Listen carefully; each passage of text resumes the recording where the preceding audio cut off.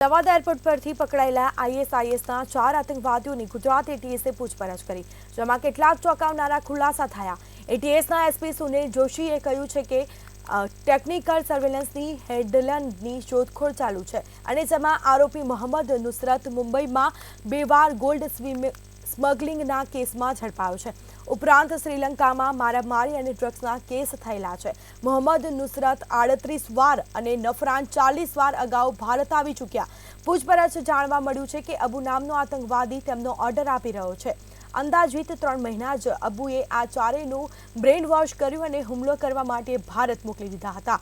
હથિયારો પર પાકિસ્તાન એફએટીએ વિસ્તારનું નામ પણ લખેલું છે, એટલા માટે જ એ સ્પષ્ટ થાય છે કે હથિયાર પાકિસ્તાનથી આવ્યા છે।